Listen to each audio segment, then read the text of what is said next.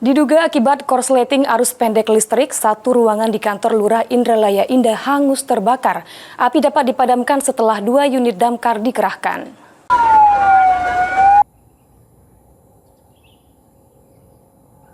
Beginilah kondisi salah satu ruangan di kantor Lurah Indralaya Indah Kabupaten Ogan Ilir yang hangus terbakar api. Peristiwa terjadi pada Sabtu siang sekitar pukul 12:30 waktu Indonesia Barat. Api dengan cepat membakar seluruh ruangan. Beruntung pihak kepolisian Polsek dan tim pemadam kebakaran segera melakukan pemadaman sehingga api tidak sempat membakar seluruh kantor Lurah Indralaya.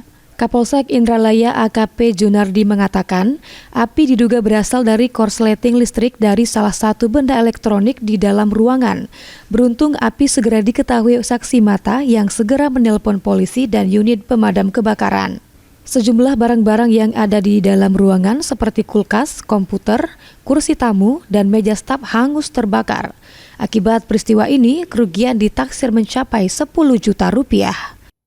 Personil Polsek Indralaya juga membantu untuk melakukan pemadaman di kantor lurah tersebut. Untuk kejadian, setelah kita lakukan olah TKP awal, itu diperkirakan dari hubungan pendek arus listrik yang mengakibatkan konslet atau kabel terbakar sehingga merambat ke peralatan lain di ruangan staf kantor Indralaya Indah tersebut. Kerugian berapa? Untuk kerugian, pernyataan resmi dari kantor lurah belum, tapi kerugian sementara kita taksir itu bisa sampai 15 juta.